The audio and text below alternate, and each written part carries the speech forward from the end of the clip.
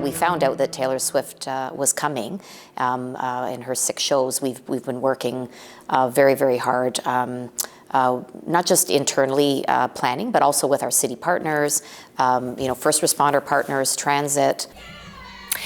The Taylor Swift era in Toronto comes with a big security effort. 500,000 Swifties are expected over the next 2 weeks for the 6 sold-out shows. And Toronto police have been working round the clock. 3 months ago, the tour dates in Vienna had to be cancelled because of a foiled terrorist attack. Toronto police say there are no threats at this time. They can't provide, they say, details about the operational plans, but people can expect a significant and visible police presence both inside and outside the venue. They're talking about flashing lights to identify security officers. Fans without tickets will not be able to gather and sing outside the stadium. That's going to be all cordoned off, a perimeter for those only who have tickets. So there'll be no Taylor gating, but lots of activities around the city and other spots for people who don't have tickets. And many are coming to Toronto despite the fact they don't have tickets for all the things that are going on. So many questions to ask of the city. So let's spend some time with Ausma Malik, who's the Deputy Mayor of Toronto. Welcome to our program. I'm really happy to meet you on this day. How are you feeling? Why don't we just begin like that? The day is finally here, and how are you feeling? I am so excited for us to be welcoming Swifties from near and far to Toronto for these 6 incredible shows. There's only one other city that has had as many shows as we do, so that's really exciting for us. And the City of Toronto, across all our divisions, transportation, economic development, arts and culture, and especially with our emergency services, with police and with fire, paramedics, and crisis response, preparing to welcome those Swifties in a way that we know is going to be safe and that we can enjoy it, and for everyone who is visiting Toronto to be able to come back again and again. And for me, that includes you, Taylor Swift. Keep her coming back. Listen, we'll talk about some of the things that you just highlighted there in a little bit more detail. But I'm just interested in listening to the Deputy Police Chief talk about the Toronto Police specifically, about the long preparations. And I was curious about that too. When you found out that she was coming to Toronto to play those 6 dates, can you just characterize the process? How long? How elaborate? Did you visit, for example, other cities that have hosted Taylor Swift concerts? What was the process? Yeah, for several months now, I've been really proud to have been convening table across divisions and partners. And the core of that has been our emergency services and Toronto's emergency response with police and fire and paramedics, really giving that leadership and making sure that on transportation and traffic, that everyone who is visiting here, and for those of us who call Toronto home and who are residents here, that we have all the information that we need for a safe experience, and also to be able to get around and enjoy the city while this is all happening. And one of the biggest things that that the City of Toronto did right across divisions and partners was to reach out to other cities that have hosted the Eras Tour. You know, at this point, Taylor Swift is going to have been touring for about 2 years, and there's a lot of lessons and good practices for us to learn. And the City of Toronto has picked up on that, and of course, adapting to what we know best about our city and how we work around this. So best practices, you looked at that. On the security front, I've been mentioning Vienna this morning, the fact that they canceled 3 shows because of the terror threat. How did that affect your security planning? Well, first and foremost, making sure that across law enforcement and emergency services, that there was coordination. So that means across the city, but also with provincial and federal counterparts. And that's what we've been really confident with Toronto Police Services leading that work with Toronto Emergency Management. It was also learning lessons from places like Vienna and London following, which said, you know, there's something really important about making sure that we have a clear and restricted area around the venue, that the folks who are coming through are ticket holders, and so many of the activities that Swifties, if they don't have a ticket to the show exactly, are able to participate in. And that's what's been really exciting for us to see in Toronto, you know, especially in our downtown. There's so many local businesses, so many activities that are community-based, but also a way to be able to enjoy, you know, retail, restaurants, our arts arts and culture scene. And that's something that the City of Toronto has been really giving leadership to. We have an amazing initiative called the TO Poets Department that shines a light on local talent. Yes, for the Tortured Poets Department, her last album. We've been talking about that for sure. And as well, that economic figure of about $300 million in terms of economic benefit for the city. I'll come back to the money in a second, but just on the security point, as someone who covered the Paris Olympics, Deputy Mayor, really interested, that was such a focus, the security, to keep those safe.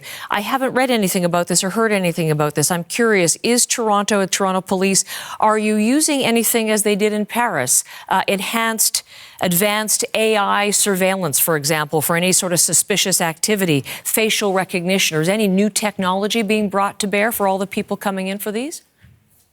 From what I can share is that the work and the efforts across the police and law enforcement divisions, again, locally and also at the provincial and federal level, are using the tools that are available and being very serious and again, taking all the good measures that we have seen been effective in other jurisdictions. And again, for Taylor Swift events, but also for major events like you described. And again, the operational plans are important in terms of holding their confidence for our emergency services and for police services. So you can't tell us at this point if that technology is being employed?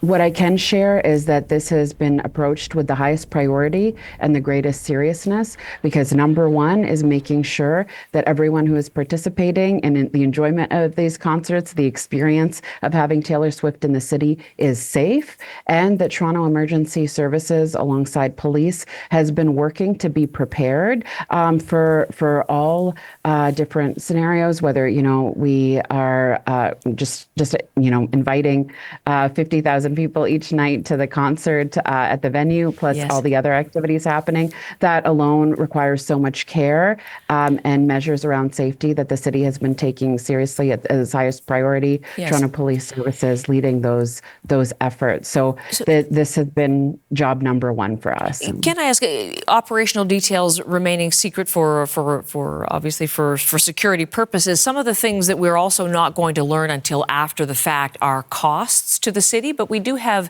some numbers that are being shared publicly from the TTC that the cost to the city of enhanced, bolstered transport is $1 to $1.2 million. And you mentioned London, the city that had more concerts than Toronto. It had 8 shows for Taylor Swift. It said that its cost for policing, the reported figure, is about $1.5 million in Canadian funds.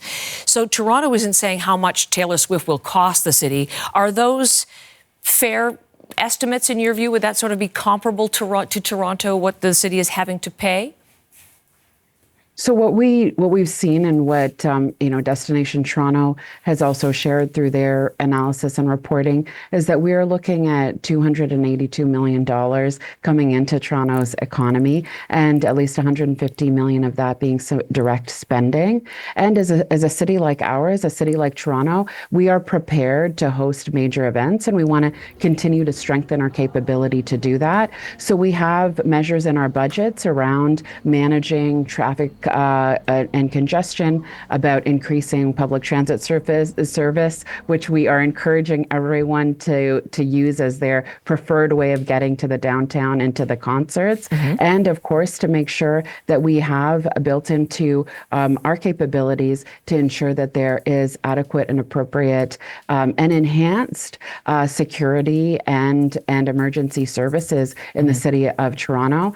And considering, that first of all, we don't get to choose where a global talent like Taylor Swift decides to have her concerts, but we do get to maximize the opportunity that brings and to prepare well in order to have folks like her continue to choose Toronto over and over again for their tours, for their events, and for their visits, and for us to be able to benefit from that being the kind of world-class city that can host events like this one. Well, let's conclude on that point. Again, the cost to the city, I understand, we will get revealed publicly once Taylor Swift is no longer in the city and the concerts are in the past. But with that economic benefit, that figure being touted of nearly $300 million for now in the direct benefits, what are you hoping in terms of long-term with all of these cultural activities, as you mentioned, the poetry events in the downtown core and the the tailgate party and everything that's going on.